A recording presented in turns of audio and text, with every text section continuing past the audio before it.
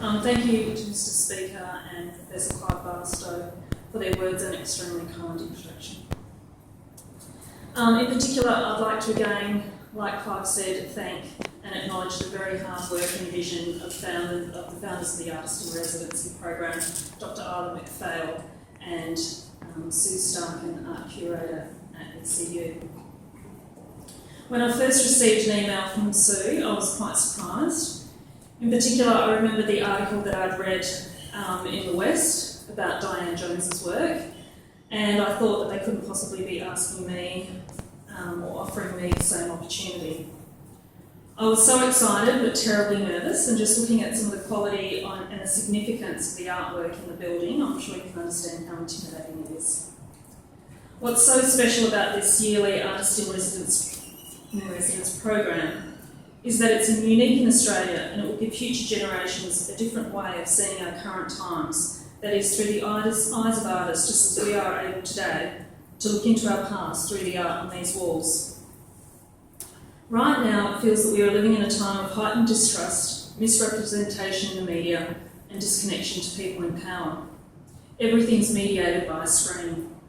But here as artists, we're allowed and in fact encouraged to be behind the scenes and explore what we're fascinated by, and ultimately what we want to communicate to a future audience about our time through our eyes, the way we are living through it. I spent a lot of time in the library with otherwise inaccessible material and snuck into many sittings.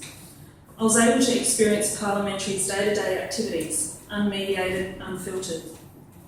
So I'm extremely honoured and thrilled to be awarded this prestigious opportunity and be able to share the outcomes with you all tonight.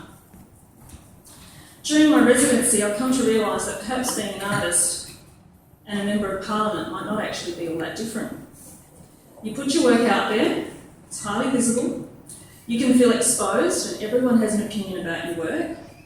Everything can be taken out of context, misinterpreted in the most unexpected ways, and you'll never please everyone.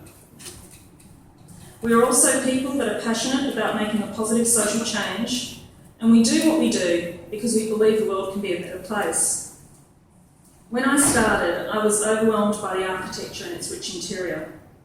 I recognised that this space was very much in the style of an exclusive, old, Victorian-era gentleman's club, despite it housing our democratically elected individuals, and that we are a multicultural society sitting on Aboriginal land in the 21st century.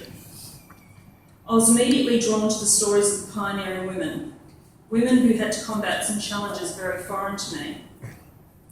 One of Edith Cowan's first speeches reminded me that it wasn't all that long ago that women were once considered men's property. But the misogyny that I was reading about from 100 years ago was so closely resonating with the nightly news.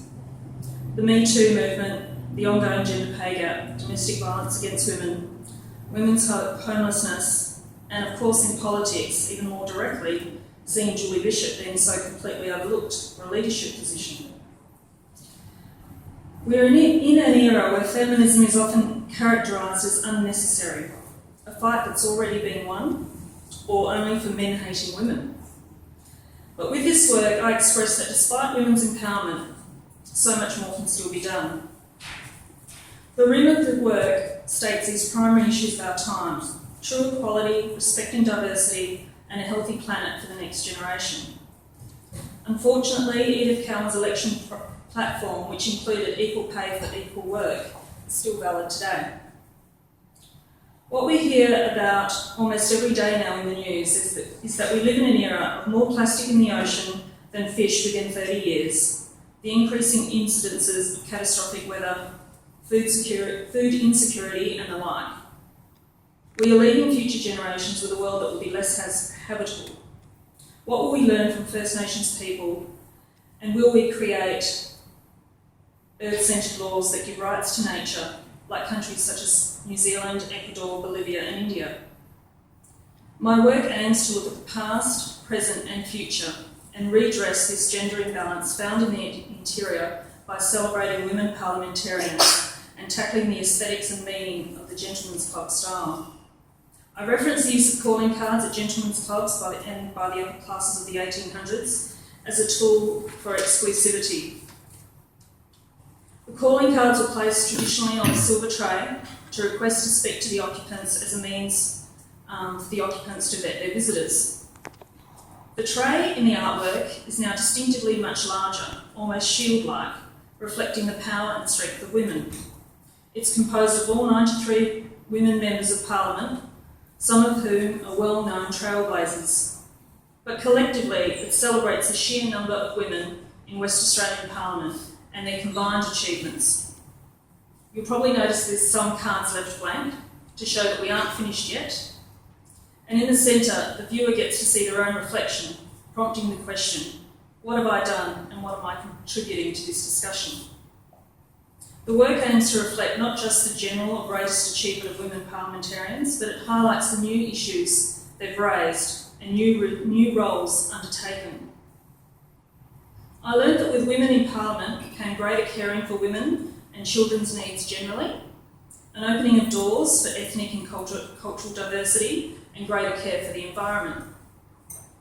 Some names are accompanied by quite literal images reflecting their contributions, while others are more symbolic, relating to that traditional of calling cards and their use of flora, fauna and hands to create meaning. The work is light yet strong, the edging echoing traditional women's work, that is lace work, but it's composed of contemporary symbols of women, men and transgender together. My work aims to visually add feminine qualities to the gentleman's club aesthetics and celebrate women generally. It has feminine flourishes, yet uses contemporary materials and industrial machining processes.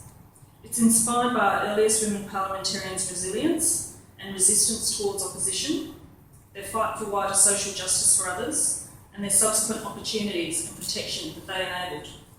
Thus, the artwork forms a shield of voices, expressing the act of standing up and defending one's rights.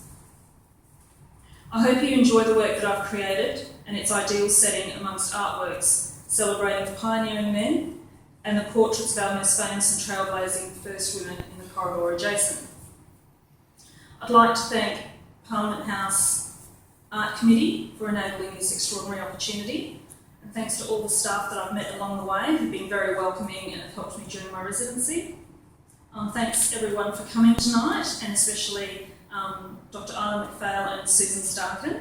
I can't thank you guys enough. And of course Isla, who's organised this event for us. So thank you all.